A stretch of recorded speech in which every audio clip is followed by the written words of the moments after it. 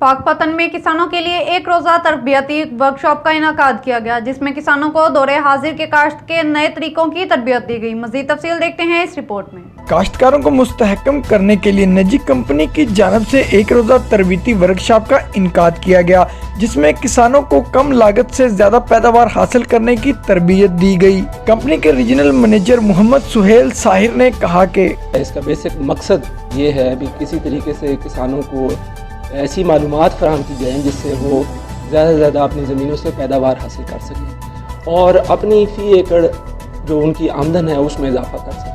Workshop के दौरान company ने किसानों को जमीन के मुफ्त तजज़िये की सहूलत फराहम करने का ऐलान किया। कंपनी के मैनेजर ज़राई सर्विसेज अब्दुल हमीद लोधी का कहना था कि मकसद ये था कि ज़मींदारों को बताया जाए कि किस तरीके से हम अपनी मकाई की प्रोडक्शन में इजाफा कर सकते हैं। तो कंपनी ज़मींदारों को तजज़िये की सहूलत, मिट्टी के तजज़िये की सहूलत मुहैया कर रही है। वो अपनी ज़मीनों का तजज़िया करा के खादों का सही इस्तेमाल करके फी एकड़ प्रोडक्शन में इजाफा कर सकते हैं। वर्कशॉप में जिला भर से किसानों ने बड़ी तादाद में शिरकत की। तरबियती वर्कशॉप्स के इनेकाद से किसानों को काश्त के जदीद तरीकों से आगाही मिल सकेगी